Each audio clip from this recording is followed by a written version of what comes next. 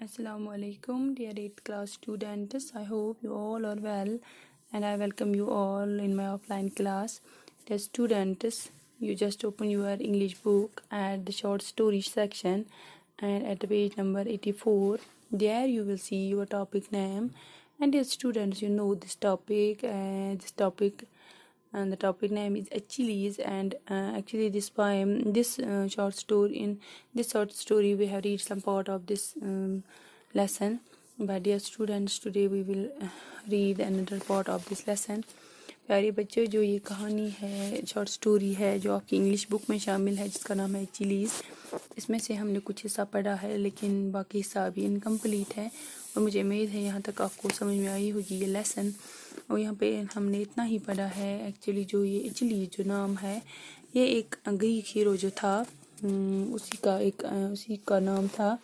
اور یونانی جو میتھولوجی ہے، یعنی یونانی قدیم قصے جو ہیں، ان کے مطابق جب ایچلیز پیدا ہوا تب اس کی ماں نے اسے اس کی ایڑی سے پکڑا اور اسے وہاں پہ ایک ندی تھی جس کا نام تھا سٹکس ندی، اسے پاک ندی مانا جاتا تھا، اسی میں ڈبکی لگا دی تاکہ وہ ہمیشہ کے لیے زندہ رہ سکے. اور نتیجے کے طور پر اس کی ایڑی جو تھی اس کے جسم کا وہ حصہ تھی جسے پاک پانی سے دھویا نہیں گیا تھا.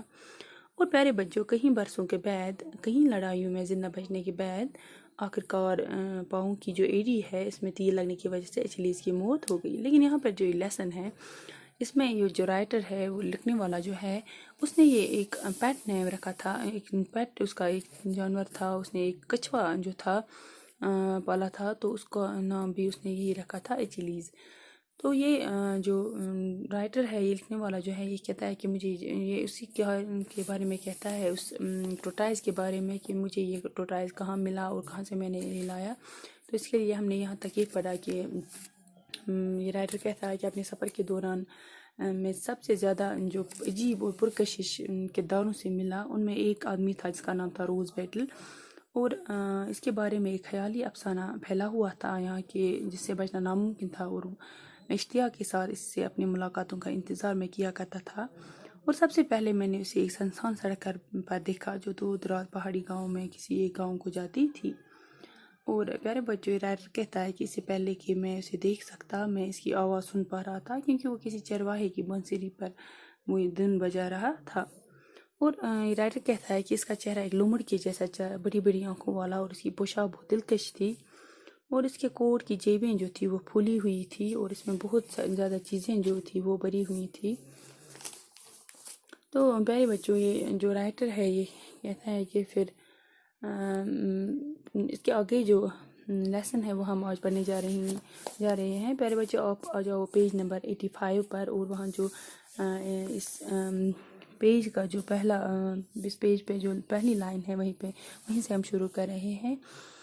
When he saw Roger, my pet dog, and me, the rose battle man stopped, took off his ridiculous hat and swept us a low bow. He smiled at us, put on his hat again, raised his hands and waggled his long bony fingers at me. I asked him if he had been to some fiesta.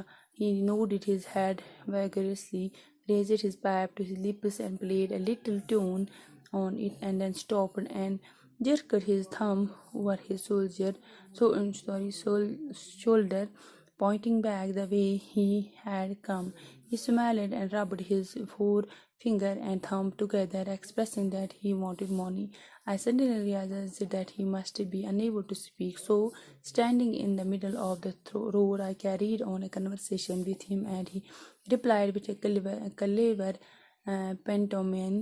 I asked what the rose petals were for. He held his hand out to denote small boys, took one of the lengths of cotton from which a beetle hung, and waved it rapidly around his head. Immediately the insect came to flew to life and started on his planet-like circling. پیارے بچوں، اب اس کا جو meaning ہے وہ آپ سن لیجیے. When he saw Roger, my pet dog, and me, the rose battle man stopped, took off his ridiculous hat and swept us a low bow. جب یہ رائٹر کہتا ہے کہ جب اس نے مجھے اور میری پالتو کتے کو پالتے کتے جو روجر تھا اس کو دیکھا تو یہ روز بیٹل مین جو تھا وہ رک گیا، اپنی جو ٹوپی تھی اتاری اور جھک کر ہمارا استقبال کیا. He smiled at us, put on his hat again. وہ ہمیں دیکھ کر مسکرایا اور دوبارہ اس نے اپنی ٹوپی پہنی. Raised his hands and waggled his long bony fingers at me. اپنے ہاتھ اوپر اٹھائے اور اپنی لمبی اور مضبوط انگلیاں میری طرف ہلائی. I nodded his head vigorously, raised his pipe to his lips and played a little lingering tune on it. میں نے اس سے پوچھا کہ کیا وہ کبھی کسی جشن میں گیا ہے. اس نے زور سے اپنا سر ہلایا اور بانسری کو اپنے ہونٹوں تک اٹھایا اور اس پر جھومتی ہوئی ایک دھن جو تھی وہ بجائے اور پھر وہ رک گیا. And he then stopped and jerked his thumb over his shoulder, pointing back to the way he had come. اور وہ رک گیا اور اس نے اپنے کندھے کے اوپر اپنا انگوٹھا جھٹکا پیچھے اسی راستے کی طرف اشارہ کرتے ہوئے جہاں سے وہ آیا تھا. وہ مسکرایا اور اس نے اپنی انگلی اپنے انگوٹھے کو ایک ساتھ رگڑا، یہ ظاہر کرتے ہوئے کہ وہ پیسہ چاہتا تھا. He smiled and rubbed his forefinger and thumb together, expressing that he wanted money. I suddenly realized that he must be able to speak.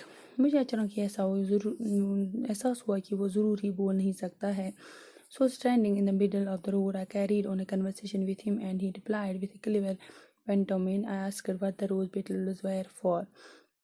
اس لیے بیچ سڑک میں کھڑے کھڑے ہی میں نے اس کے ساتھ ایک گفتگو جاری رکھی اور اس نے اشارے سے اشاروں سے ادا کرتے ہوئے جواب دیا.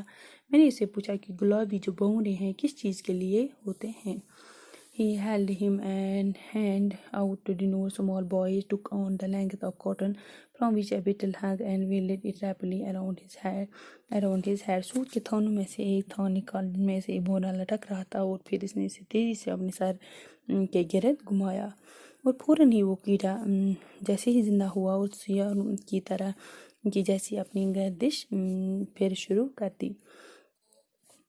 On its planet-like circling, pointing up at the sky, he stretched his arms out and gave a deep nasal buzzing.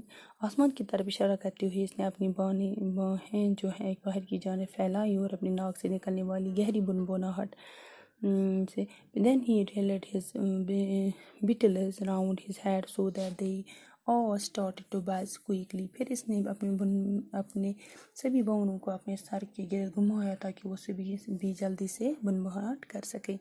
Dear students, آج کے لیے ہم اتنا ہی پڑھیں گے. انشاءاللہ کل اس کا باقی حصہ جو ہے وہ ہم پڑھیں گے. تب تک کے لیے تھینک یو.